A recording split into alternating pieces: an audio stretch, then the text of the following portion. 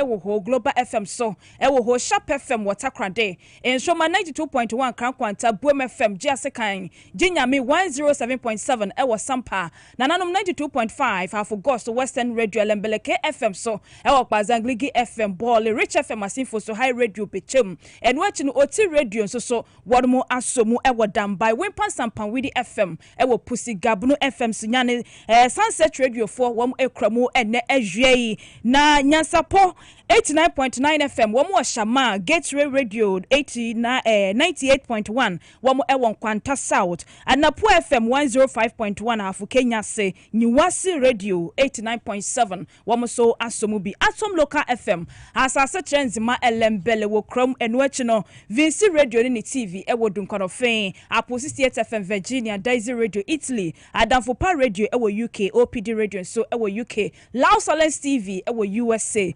online no radio SM online tuning 97.9 FM my xyzonline.com so no yakrunchen sem nyina guorma wobetimi akwa kinkan bi Facebook no so ya power 979 FM TVXYZ and bio radio XYZ the wadama said the bia ya no boremu share fufuro nya bi nhwe na odo comment no ato no kama e de amaye information centers no de dodo no a won bebro otwe hunwi enadwai wo mabiemu a woto Kasiebo epetia YouTube no XYZ Broadcasting Limited and somewhere de besom wo no de dimu akotini bi ene say Vice President Adia Tudwane Mampenyi hokania wonya ni baby ko na akunadu Ajimai Rollins esa wo show your back kudru for na nyuma pa oye no eyade agina so ahye Ghana mbanyina enkunane na omai Ghana yensidi no enya frihia porepore aduosia na impanifo apa hontoma so ana National Service Authority ana fe ayatek asuapo no aka banchirima omudi dwumadi esuronko se be na se nyamo ayen ebetimi akoso Mrashebedwamu ajinatuko ya womo ehwe adansie ni nnwuma so womo abonan akopie mu dansuma na yesi defense project pia koso na womo chese contractor no said ye wo twetwe ne nan ase ewo project ne ho no ehadwene so ana okopiemu awotemanso TDC etu anamon kire se nipa sebe ade asamre ne kanyina no so mo hwe na omatimi agege ade amomo Environmental Protection Agency EPA womo hyase ya womo ni koku ahodo account ma bachi mu a ensase ahodo ya fuma gudie nam so ase ni nyina no womo hwe ahata so Cyber Security Authority ebo amanie say Ghana for enam cyber crime so ehwiri sika omemu no beye 19 million ehonsem obeti Kasiebo yi emu Adeshima mansam no afufro bi eka wemu eho enu achi no yakasi kasam ne adwade Kasiebo a wobeti bi ewo mo na yefa asedama nyumakuo ya wo maso yesene ewo Kasiebo emu ex natural mineral water ensukruji na ewo ye wotopro dwumadie biara ye da wanimu a oye no pensu papa nefa service no an ex natural mineral water ankra ye fie mu pensu anomo a ex natural mineral water we no efribi ponimu pe ye de afafidie so enti afini keka bia unya bi na se uyusu a eboa ema nipadua no enya hoode mapa wo pe biato a enya na ubowura mu ewo supermarket mekomo bi eben wo wo benya biato na se XYZ Broadcasting Limited wo hwe Mr Robert wadwuma mu a dodo bi a ope no ubenya na obefre homan 0596 273546 ene bio 0596 273547 ex natural mineral water na or simply natural na Medimosis Clinic and Herbal Center one mark of lift kit capsules about where your drama pa eboma metabolism ye adwuma ye onipadua no emo wodi di aduane na wo say yam ye se de be ye nipadua no benya hoɔden ye digestion no wonya lift kit capsules na so memini a eboma sa aniema no nyina di afusane ye ewo nipadua no emo liver no so no eboa support no e de bio nso ahuru nipadua no efini kan wa ye a adokuru nipadua no amada bia wontia po no nya lift kit capsules bia na se pe bia na memene wankasa obedi hu adanse pharmacy shop bia ben wo Ghana ba bia ubenya bia to nemu mu ne doso pomu ana emu chechemu bia bromidie so no Medimosis force betimi afre ahoman 0244 068447 0244 068447 ofra wo bejo so nyuma ko ne de omodoso afoforo ka we mu akirei obeti wo nyina ka omadama ene hwei wo mu na tua brei eho eka yane agye pani ase adwa somwo mimidi da chema akosia oforiwa amanfo mene akuya krantama Ghana de shama yeshe Kasiebo no ase edia mamu na yeshe ase edia from my Ghana yensi Kasiebo ni titru yen nyina nim said nei man bia wosika wodie na obo man Ghana mu a yen de no ye friend say city ye no eye Ghana city na sa city yi no yeshe ase say ye die ewo man emu no enyam frihia pore aduosia enka ntete no said ye nyina nim dada no ye nananom no na sika na omudie no na omufra na ye pound no eye pondu ene ponsia ene de keka ho a na no ena panifo ye hyehyɛ ya wo de sachira ye ba ese wo se yensika na yesesa no na ebeye Ghana city ewo mai emo ye no wo kyerɛ mu a we no ekoso emire bi a atwam ye no ebeboa ama mai Ghana yesika sɛmu totoye no atimi agyina ne nan eso enti we no enadwumadie sonko koso ma panifo ebo dwadantam kese pa eye ho hyehyɛ ya wo epa ho ntoma na ansa na dwumadie no ebekoso no ena pani kwantrefo ya wono ena da Ghana Association of Banks Yera John Awua wade ato Ghana fo nyina nim se yen Ghana cedi no esombo pa eto da ya na ebi mututu sika na sedodo asa sika no wo mu hu so faso bia na se bia tumi e wo sika no emu no omanfo bi etoto na se wo saa kwan no eso ena wade ato dwa wo kye se saafo ni nyina yentwe yehu emfiri ho esan se ye ka Ghana cedi no a sika esombo a animonyam kese pa ewo mu na esan egira ne nan eso etina ya yen Ghana cedi no anya mfirihia pore aduosia no wo besere se ye nyina be mo yani akum ye sika no ho emfi apema hankron ne aduosia enum ene yesisa free eye sika dada no a na yedimu ya ye benya cedi ewo mai emo na ye bekọ dwumadie no ase bia ya enei wo mo apa ho ntoma no ene mpanifo dodo no a wo makasa ede nsaba hodo atudwa Ghana mampani abedi akire obemfu je na no pokọ agima no kopie mu wo ho wode nsama hodo atudwa na ya mi sabre ya mi kasai no adwumadie no eguso a ekoso a ensam dodo no na todwa wo mapa ho ntoma no ede na ekoye koyanim o man Ghana sika asam ho ntotoye no san na yesifa aye no ye hwese yensa beka yenua bema akra kofida ko ewa homa ne so na ye ne no adimu enkomo sanse prempre ya mi kasai no bia ya adwumadie no ekoso ye conference center wona kopie mu hono ma wode nani edi akire eti yensa ka akra ewa homa ne so a ye ne no bedimu enkomo na de atofom ewo dwumadie na se nyina no wode mu amane bono asomye yanto aso na yankuanim ewo ensan from ye nyina nanu a chese ya wode atwam no Ghana ma yante asemde asempapa na nia yete ne sese kan mampanya wonya ne ba bi ko hokani na akona du agiman Rollins ono so twede ampon atonsa ade afrena se waka nkyene agu na msais ma asasemi no ebeye Ghana ma ye papa na ndra na Ghana aban etu anamsifo emomoso omukọ abusua nanso ekomomo yakọ na omukọ na Ghana mampanyi abedi akire ono na jese odi team no anim adom nanim a ese okoko gina mu edema Ghana nyina na mbra eye Ghana mampanyi abedi akire kasa no odansem bi adi kirem se Ghana ese ematitru ese ye mame konadu abesom ye papa panya asem kuma o se nyuma hodo ye na kukuduru sadia ese shem bankuna samba ye betimi akua nim nyina no yade ne no yade eka na ese nyime bi o ye ya etimi epeja Ghana mba pa ewo oman Ghana mu o chemse ni nyuma pa oye ne de nya de Ghana fo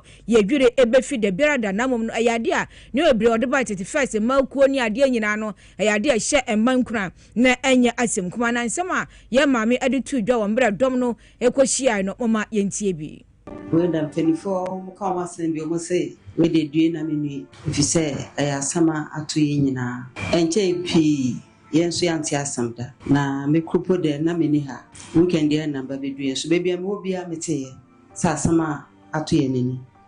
ye ba yenso na wabo ya mane wa ma yehu dia esiye na da meta aka say asan bi ho eba na wo pekasa san ya na wonu masan asan intini bebreka de be kan se be mamu nyina yako titru mofra no no monte asenso say nyina so ye wo ho ai be susu mu eba ne sa no a sade enim no obia ne ekwan a wafa so a nipa no wahwe na de nti nyina wo kwan a fa so yesu no nti ebesere ne nyina nso yema bibia nye adwebro bibia nye boko na intimi enja no kwan sade efata ye ka se betena ne aka na asɛm a ade bɛsa yɛn enyina yɛnim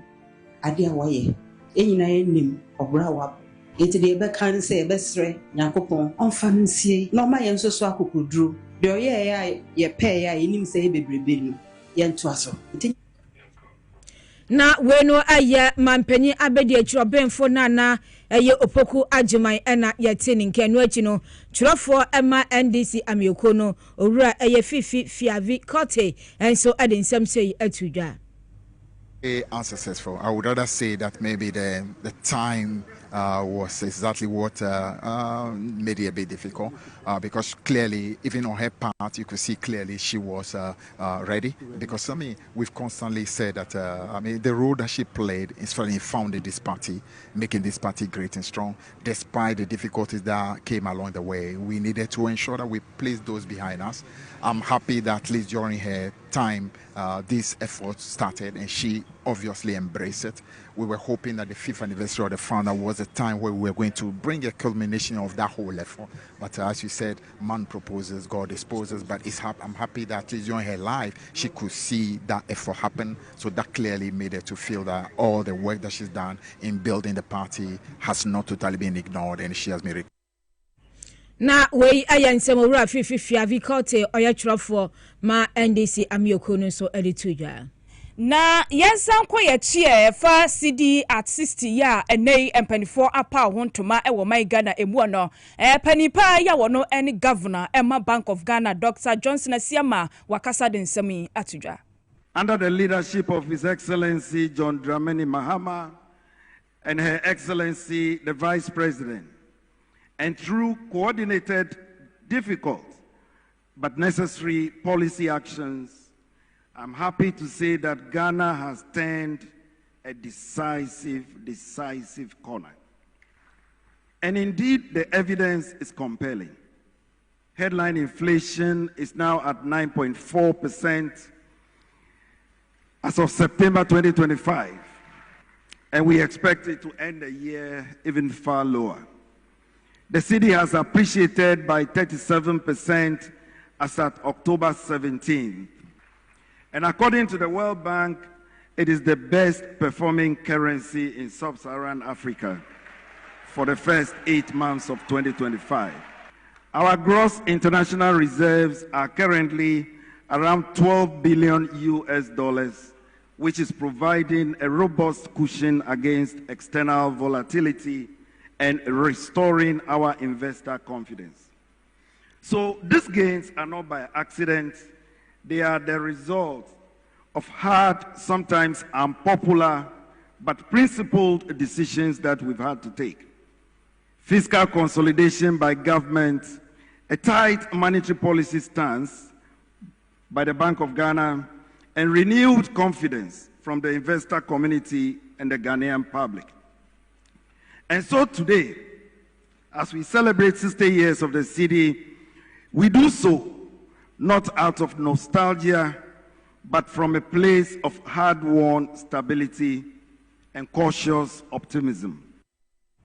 Ghana Dishma Pania Tinke wano any governor Edima Bank of Ghana Dr. Johnson Asiama and I would say Wakasaya Woche we say Mampany His Excellency John Dramani Mahama Betna Benya Kasiye Esono Wabuama Yensidi no said ye and Munyam Kasia pa and Abamu which inflation ni emunsemwa 9.4% which mu say and Yama Buan Caneno na air question Atiaba from the Amaya Ghana City so no and na who denu jina na ejina ne nan eso wo chema Bank of Ghana wo muguso mo yentoto ya hudo bebre se ne beya yensidi no animonyam no ebetimi ejina brane ede ama yentimi kasa de ensam dodo no na atodwa ewo dwumadie no ase ya nwumre no nsia brem Kasiebo emu no de ebekọ bia no ye de mu nsem ebeba beso ye nya kora nso so embre kwa anim no ye no ebedi enkomo ye to Kasiebo no so na yakoyanim ewo nsem ahodo emo na wokọ man Ghana mrahye bedwafie a ejina tuko ya wɔn ɛhwɛ ɛdansie ɛna fenso enyuma ɛsoɔ ɛnura wɔn bɔ anan ɛwɔ nkramantam emu ne titiriw wɔn kopie mu ɛwɔ dansoman na sea defense project bi a ɛkɔ so wɔ hɔnom no wɔn de wɔn ani kɔkɔhwɛ mpempenso a dwumadie no aduru na breya committee ni koduru hɔ no na akɔyɛ asɛfɛm sɛm kɛseɛ paadia wɔn sanse wɔn kyerɛ mu a adwuma no mpempenso aduru no wɔn ani enye ho kra na wɔn se contract ya wɔn de maayɛ ya contractor na Hard Rock Africa Limited adwuma no December 2024 ɛna wɔn de hyɛ ne nsa ɛne asika ekopie mu $76 million na nso wɔn de wɔn ani kɔhwɛ sea defense war no baabi aduru no nkyerɛ ahoɔden bi a wɔde ahyɛ mu sɛ ebetimi aboa ama na wie ntɛm sɛ deɛ nanka ban ɛhwɛ no na panipa ya wɔn ɛne chairman ɛde ma committee no wɔn kro ya wɔn ne mmarahyɛ badwani ogya ma de hyɛ ya wɔn ɛwɔ dɔma west abaton pɛsia no ɛso wɔn nyafo Vincent Opon Asamoah ɛne wɔkyɛ sɛ contractor no animanimu yada wɔn ato nsa frɛ no a wɔba bɛhyia committee no wɔn bisa ne nienti a wɔatwentwɛn ne nan ase ɛwɔ adwuma nim. We are not very much satisfied. The project is very, very important, looking at the destruction of the tidal waves. However, there are a whole lot of questions that need some additional answers. And we can only do this when we engage them, and then we probe into the procurement process, even though they are local contractors, how it was procured, even the technical capability of the company. We need to probe into that, because the technical people who went with us saw a whole lot of flaws. They were with us at Blikuso, and they saw that something extraordinary had been done there, but it was lacking at Dansoman. So these things will have to be done, and I think it's a consensus from the committee. So something will have to be done about it. That's the general impression about Dansoman. We all know that it has issues with finances, value for audit, and we may not have the capability of doing the value for audit. So I think the Speaker will have to also, it will be a joint referral for us to look into that. And there are a whole lot of issues that I think Ghanaians will be interested in. The project is big, talking about close to $80 million, and they don't even have history. This is their first project. You know, it's worrying.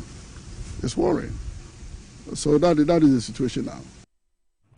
Adishibama Penyeti Ninken Yera Vincent Opon Asamoah no any titrani edi mamra shebedwa bojokoya wamhwe nwuma eni adansie eso na eno achi no na ranking member ya wono so eda committee no eso wono kro ya yemra shebedwani a wojama de hye ya won ewo Tachiman South abaton pesua no so Yera Martin J Mensa Kosa wono so di tu dwa kire se sika akwhye sa project imo no enye sika kuma epo so chi boba se ya na omanfo ya omotete sa mpotam wanyina baabi domti afa na ya ma wadwuma contractor say ya de ne ma animanim ya na wotwentwan nan ase e wo ho a enya de ebeboa kra ne nsem ode tudwa no ebinie. As a committee, we are not satisfied with what we have observed on the site. The quantum of money in this project is not commensurate with the capacity being displayed. We could tell from the foregoing that our presence had been done, but only 2 out of the 6 were completed. And everybody who has a technical eye could pose questions to even what has been completed. As a committee, unanimously, we believe that there has to be value for money audit to make sure that our money doesn't go waste. If you look at other sites we visited, compare what is happening there to what we just saw at Dansoman, in terms of money and the quantum of work, we are being shortchanged on the face of it. And as a committee, we are determined to dig to the bottom of this and make sure that we protect the public purse. And so expect the chairman and his committee to wade seriously into this matter and ensure that there is some serious value for money audit and answer all those things. Adishmama way Yera Martin J Mensa Kosa ena yatininken. Ya to aso announce National Service Authority ene aye mpanyimfo omoda tech asuapon ano no aka banchiri mu eboa etuatu adwene sebeye na se danko bebino metimi aboa sebe na agriculture se nyoma hodo so mo yeboa na Ghana nkokoya ne ade timi ekonkan no obeni nyina na etimi aboa na we ayensem bia Director General edema National Service Authority Mami Road Dela Sado ede atudwa womro bo anano ne asuafo ne mpanyimfo a eda tech asuapon ano no etwe nkomo chemse Ghana sa ohwa sa na momutu no ekaba nchebetimi aboa ma nkokoye ne ade nyamo anya ne ade nyina so no etimi akoso kama ede amom nsemo tudwa no moma yentie bi no ayeshi omunishishie ni nyina ne say from national service ye per se we are championing the Feed Ghana agenda and ye abrea all the way ye beto bed poultry capacity of 2,500 and I increasing it to 100,000 capacity just within 6 months into ye per se ye ne KNUST for the kaboom. Now yet target 500,000 bed capacity on KNUST campus, and I wish KNUST maybe Ashanti region, so it's in the middle of of course Ghana and all of the middle belt, and I bet to me actually almost the northern zone all the way to the northern region, upper east, upper west, and all of that. Almost but yes, so the resources here they to me increase your capacity. Already they are doing some, and right, you're no more 3,500 bed capacity, which is very encouraging. We are hoping that with the Feed Ghana agenda, it's not a matter of 3,500. I will see it. Na jese ayade betimi aboa na Ghana nkoya ne nyammoa yen no etimi akoso ede amayen. Environmental Protection Agency EPA womo eni koye from say Logis Group Limited woman komuntoma batrima wahwabua ne nsase ahodo enam galamse so access nyina dan amnamna no womatimi ahata so se na beye betimi aboa na yensase no ebesan asini dada mu ebio na panipa ya wono eni Chief Executive Officer Edma EPA Professor Nana Ama Brown Kluche na abreya wone nananom ne panifo ya wono mo ewo eye amanse ne important mu edi ehyiamu ye no eya Mansia Central eno ode atudwa wo hye se saa na monto ebetimi aboa person se nei no ukopie mu ewo potamu hono mu a ne titru German kwanta sade nsase ne bi amna bededa mu no eye hu ede ma de hye ekra eti saa na monto ebetimi aboa yen ewo kwan bebre so weduma awore ye no ana ya bobo hon ma reclamation ana asase na wa se na wo sesie no EPA oye edwuma oye asade de bohwede woyen wo embrakwando ana woye ni ye nti wo mu EPA wa ha ye asade de ade yebo ye na asase no ho ban yebo he nsu ho ban yebo he na mframa ho ban nti ye edwuma ofa he na asase ho ye ya asase ye hwe nsusu ne ye hwe he na mframa nti abade bohwe de yede Amansia Central yede so aye nsantrede amagana nsasa wa se nyina na ya chiremu da EPA ye bohwe de na asase dudu biara ye bohwe na ya san ya age ye sesi na yede aye bibi pepe bi na nanom ye wa de sakor EPA srede itumi na owo hia na asase do okita ho ye basre de asase nye sesi wi a one for one in Sifum, a best say. One share that assassin, a mouthful, another illegal miners, and I want to gold in the criminal. One sounds so one best say assassin bill. Adishmama way Professor Nana Ama Brown Kluche ena yatene ken pani kwanche for da EPA no nenu achi no pani kwanche for da Logis Group Limited yi ano Owura Daniel do Tamaklo wono so kasa kire ne yentia wo ma fato ho so ene woni EPA kontuma bachi mu a wo etu anamon a etisei ba be dia nse ye ba be kata ya asase so e ba be siese ya asase e be restore asase no na dia ase wo mu nyina no ya ye ni yi a uduedu abawo mu a koko bibia palm tree ani na be kama for that chamber and current generation and one thing is also say yes since asene so no na enso no so na yes ya no and along the line no baby a channels na blockage ombia no ye be channels ni nyina ama enso ni nyina adem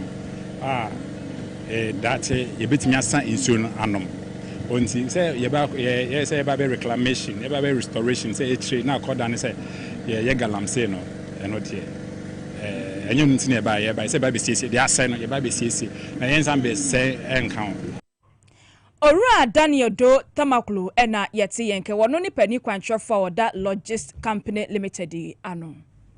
Yanto aso na yanko tema ne mpatemo esanse ne no tema Development Corporation TDC etu anamo achem sa wose asue no etimi enya sika eboa aninti wom etu anamo se nipa te se o majeje o stores ne ade a wo so muti o ka no munya biya mpuntudwuma Ghana obi apem mpuntudwuma na nso ba se yentue sika akra na yembo na se Ghana nkoso a na akwakwaya den akwatwuma mentwen aninti ndromo tu anamo se obi bia waje store ana dan bi ewo TDC wo so tue sika mom na wonye no ena se store no mpe untina mu biom nti ndrom tu anamo ekokotutuma na enye asem kuma akra na sadwumadie no na se owura courage nunukpeku ono ena etu anamo edi anom one nsentwerefo kasae ne nsemse de okan no mama yentie bi. I mean, you are owing the state. You've not paid us anything. We are also mandated as a state agency to collect revenue for the state for the necessary development we all want. So we have a duty. And this year, I mean, this last quarter of the year, we have decided to embark on this exercise to collect whoever is owing TDC. Whoever is owing TDC Ghana Limited, either by residential, either by commercial, by industrial, whatever, we will come after you to collect the money for the state. It's our duty, and we are going to do that. Just look at this huge property. There are banks there, there's a supermarket there, there are a lot of offices in there. You take all this money from these people, a little, just a peanut, that you have to pay to the state. You don't want to pay. And we have to come after you for 10 years. This property have not paid anything to the state. We are in office now, and we have to enforce some of these things. That's what we are doing. You know, we have come in, and we are trying to rectify some of these things. People are owing us 10 years, 5 years, some are even 15 years. I mean, if we are able to collect all this money, we'll be able to declare good dividend to the state that we'll use for whatever we have to use it for. Ani amuti aye managing director edema TDC adwumakuo no owura aye courage nunukpeku ena yete ni nkanu achi osanso esra sorry ni nkremodan ahodro je so monso omo ne mpatemo nyina no awosem tue sika bi emo man no nti obesrese we no omo ntwan se mfirihie du anum ntua nime bia oso tua ma aban no awosem ntue nti wase so mtua na omo yesebe na nse bia ometu anamo akototo nsori dem ne jese nkremodam a eno so ebeye asem foforo. Companies in Bebre no amudi eka pa eka no o kobobo a bebo no pim edoso nti ye gigi yesika ya ntumi angigi sika we amfa nka ho a ye ntumi enye mpuntudwuma ewo economy a wose ye as TDC no yesu ye wo obligation ana ye wo ye duty ni se ye nye adwuma nti ane ye frame se mu beboa ye na yenko gi eto na ewo ho no asori bebre wo ho amudika ye be ko ho ye wo strategy ye de be ko ho Sundays na me kan ye se me ama sorry me check it so mu ntua ya me ko ho me akogigi sika no na sorry bebre wo tema wa sorry more than 1,000 ye be ko ho nyina so the ground rent in kwade you have to pay also tell ground rent mosque so sa u the car ground rent a wetua companies kese ayi mu ho mu vaco no mu to no mu this big company ye wo juma ye se na ECG susu wo juma oye se na Ghana Water wo juma oye se na obia wo na juma oye no yesu ye di tema sasina hye yensa ti ye hwe suma aban ene ye nti ye ntumi ntina se nye hwe han a nkrofo bebredi ye ka ye ntumi kwaje sika no na yesu ye di eka ye hye sika di be ye mpontu juma na che se den ne ye nye ye juma yie nti mpanyifo no mo di ya to ano mo di atu ase nye den enti yakeka ye hu kakra and yes send message we are ma obi ase enye daba kope ade ne ye beto aso na we ya managing director oda TDC adwumakuo no ano owura courage makafu nunukpeku nensem enense mutiye Adeshimama yanso aprem to beka se bone so na yenko yenim wonsema hudo emu na Ghana Gold Board ya etwa ne tia se Gold Board womatena ye ba kwa efe ne se Gold Board jewelry eneyi woma paw empanifo mienu se wom emeye brand ambassadors emfa ema womo na sa empanifo mienu eye owura kwabna anoche adisi ya dodo no a efe ne se Bolare wo ye media personality ena de otoso mienu eye Joycelyn Mas wono so sinitwani or actress na panifo mienu na sabre no Gold Board panifo pa won se brand ambassadors edema Gold Board jewelry na panipa ya wono eda Gold Board ano yera samijemfi enagina simpie so a woda wo mo adidi kira mansan nyina ya wo chemu se wo mo ba beboa abo man Ghana yen gold hu da resan se gold no so wonfa so bebre utimi dani mu ede ye niema bebre nkanka ene chenum ni asomode so mfaso de enya semkuma eti ye yi omasi ho ne de enya Ghana hanko ene ombebo hu dawuro ama mansanya te na emoma ewiase mansan nyina ena wo tu wo ho asi ho na wo mabo hu dawuro se ne be ya adehye nyina ani betimi akum ho na saa dwumadie no a ekoso no ena no pa ya dwabase dwumadie ye ekoso e wo Power FM so abre ya na PSO kra eti adwamu no woni yewura Kwame Minka Prince Ekanidin wono any media relations officer edema Gold Board edisa ensem wemu enkomo jewelry dwumekuo bi nso a eno so ebata Gold Board no enna na PMMC eno na PMMC jewelry no eti na ye kasei senya news no weti breaking is no yetie ya Bolare renowned broadcaster Bolare na fe so screen goddess or actress Joycelyn Duma omo ena abaye Gold Board jewelry ambassadors okay omo ne beboa amiaton enoma no ama mansan nyina eni aba ho Adeshimama way Prince Kwame Minka eno wono any media relations officer edema Gold Board ena yate ne nkenti penifo mienu a ya pa won se brand ambassadors edema Gold Board jewelry emunchemu ena wutibie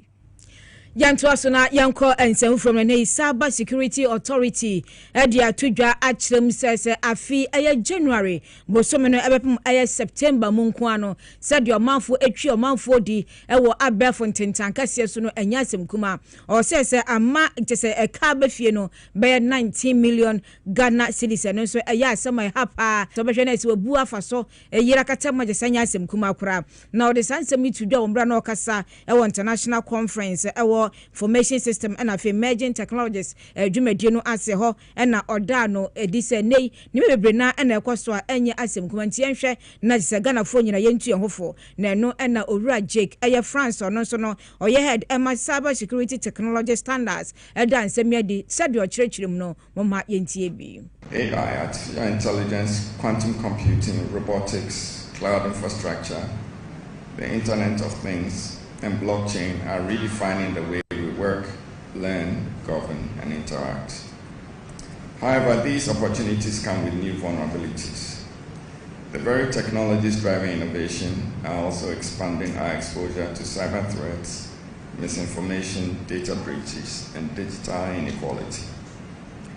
The challenge, therefore, is not simply to adopt new technologies, but to adopt them responsibly, guided by principles of security, accountability, ethics, and inclusivity. At the CSA, we believe that the sustainability of digital transformation depends on our ability to balance technological innovation with cybersecurity assurance. Every leap in technology must be matched with a leap in resilience.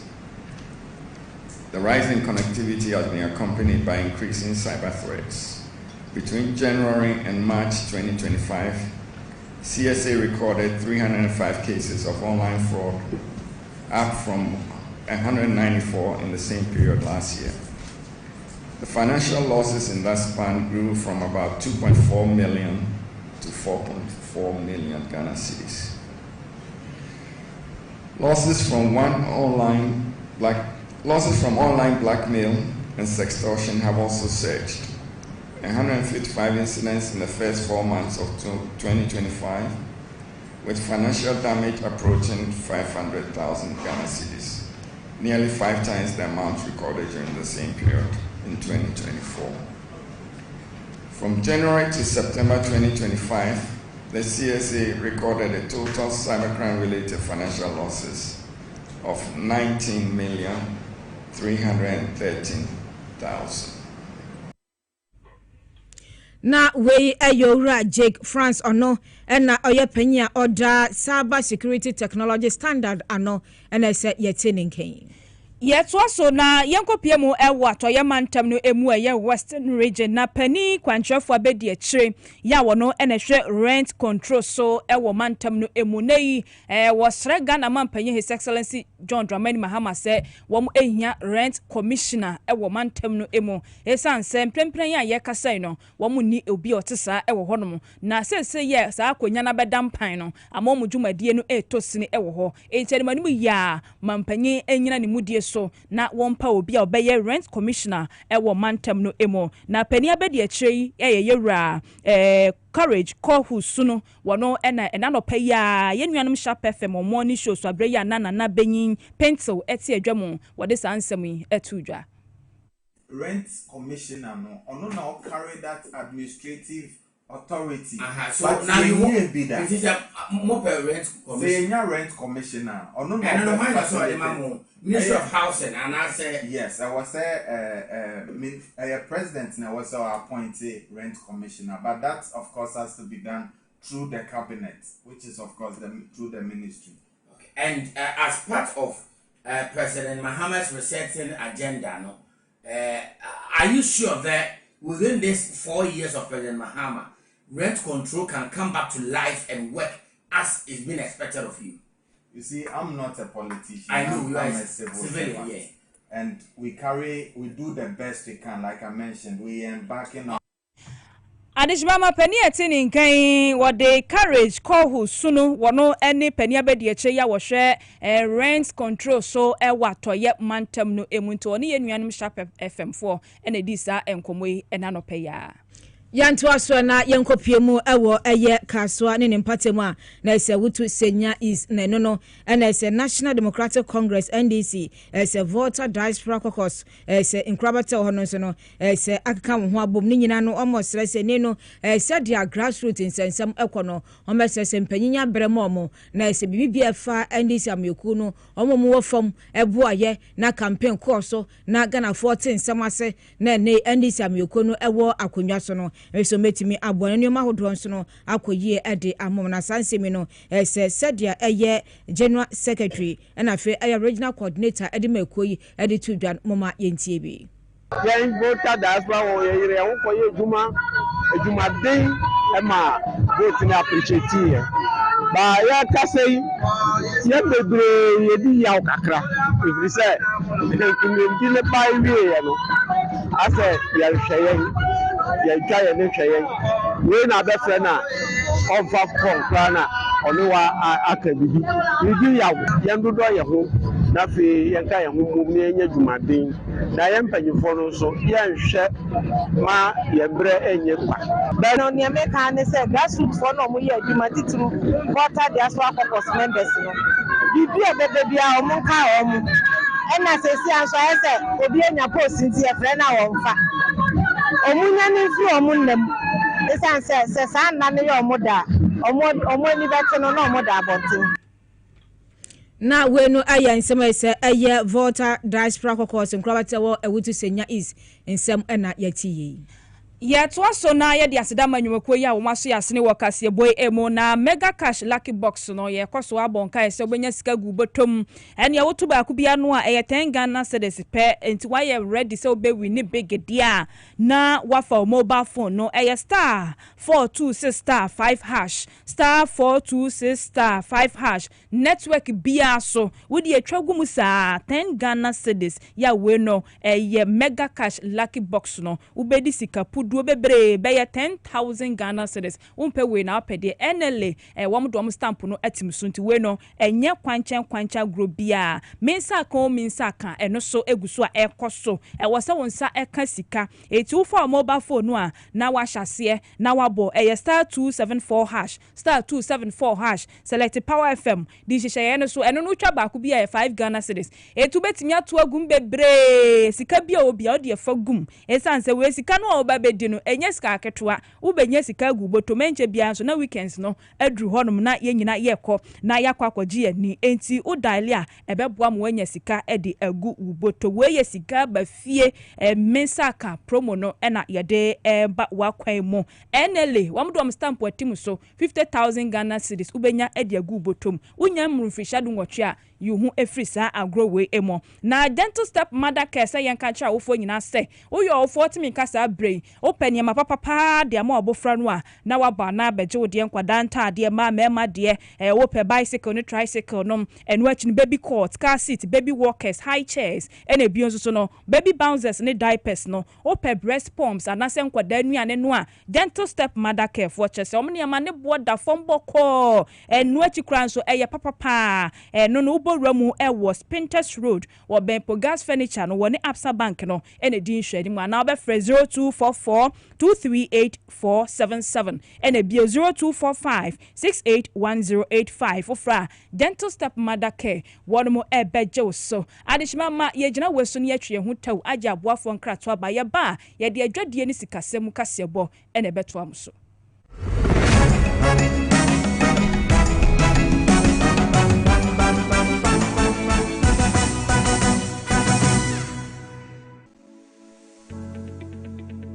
The National Petroleum Authority hereby cautions persons engaged in illicit storage and trading of petroleum products to comply with the regulatory requirements to operate in the downstream petroleum industry.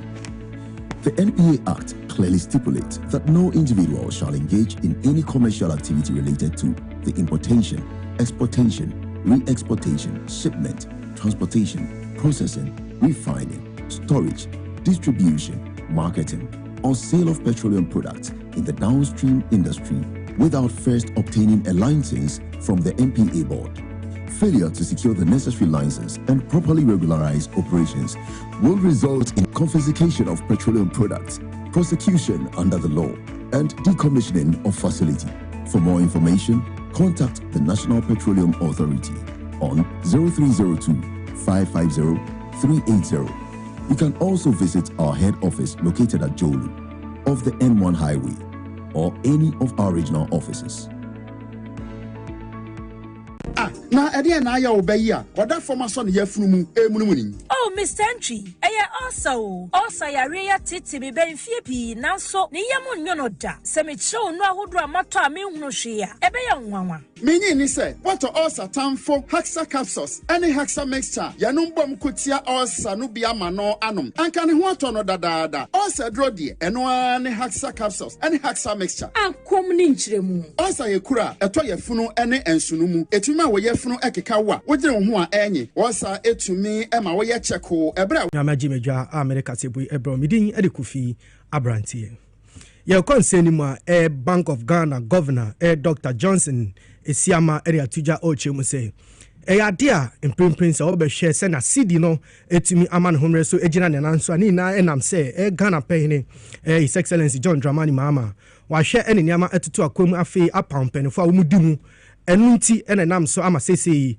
inflation a adrop ababedu 9.4% and afi cedi appreciate 37% no and I'm someone in hyehyɛ apa egu akwemu onesem etuja mra ene womodan 60 cedi at 60 ehon entoma Accra International Conference Center and governor and nsem we etuja under the leadership of His Excellency John Dramani Mahama and Her Excellency the Vice President, and through coordinated, difficult but necessary policy actions, I'm happy to say that Ghana has turned a decisive corner. And indeed, the evidence is compelling. Headline inflation is now at 9.4% as of September 2025, and we expect it to end the year even far lower. The city has appreciated by 37% as at October 17th. And according to the World Bank, it is the best performing currency in sub-Saharan Africa for the first 8 months of 2025. Our gross international reserves are currently around $12 billion US, which is providing a robust cushion against external volatility and restoring. We a Bank of Ghana governor Dr. Johnson Esiama Edietini no na yemfi ne mfa yeni enchemu e wonsem fufuruma Kintampo rural bank kwanchefo penny Martin Mensa enso ene tuja ochemu say yade ombesire Ghana man penny excellency John Dramani Mama and afi Bank of Ghana governor say yade a ubepie mu a corporate tax minimum yepa and afi nso yes, growth and sustainability tax no idea amane home so na kane no na idea 5% since abebe pm 30% a omesire mu say Ghana mpenfo ebehwe no mo ateso amount se na be ya ebetumi aboa na mpuntudwuma ese efata se wo mutumi rural developing communities no wo mo etumi aye na nsem ni bia oni tudwa no ebini na rural banks no corporate tax 8%. And a buying page for 25%. And as I say, so growth and sustainability tax and so 5%. Then rural banks, it will be so. Okay, so Kasiebo, it means say we have demand profit. Albaniano, which mumiensa. Now the bakoma buying. Yes, the tax to there. Yeah, was a tax into mummy. But rural banks don't see a community banks. Yes, there's a tax, say. 25% no kwa na ban edge a nanka emfa se mu 10% de nka enka community wa omo ho na bank no fa nyem putuduma ho bank aduma no ni nyina efo abefo tinta affiliation na yefo enti Rabank so em say ye bank ni nyina Rabank Central Bank Apex Bank and am say enti omo so the normal be eto akwan mu say em say yes system na ye manual ko we your pen Martin Mensa any attending can NHA regional manager Enema ARB Apes Bank Madam Susanna Boating and so any tuja ochie say idea obesre say enimeni ya no bank awora omo o my Ghana mom so mehwe esan say rural banks na idea omudum yie pa na omoboa rural community womo omudidwa ewo ho no ti obesre say wombegugu mama no matumi edujuma. Kintampo Rural Bank is one of our strongest rural banks in the region, as well as in the country. You can rural banking industry. You to me rural banks and once a month you can Kintampo Rural Bank. You should Kintampo Rural Bank. You go through their reports and Osha baby of war and more deposits. Last year around 76 and 2024. Yes, sure, your deposit has gone high as 107 million. Yes, sure, profit before tax over 10 million. Where mame Susan and I attending can NWH and I Sibawe Yakubu and so any tuja ochie say idea obesrese mpenu formu na omoboa emejumedi ekoso rural bank ahuru emuno omehwe medum adwuma eyi se ne be ya ebetumi aboa. We check in terms of dividend payment, deposits, there. But said betumi atom mash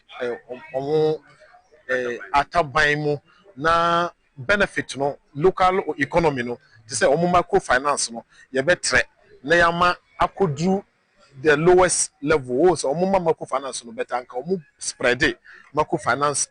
because they say no rural banker obia e work in Tampo area bia obudi omani e dia simo so the only area betimi aye say microfinance no and no na say ebo local economy no na nkofo na ntimi emma bank akese no say na make asa no nkonko jiska.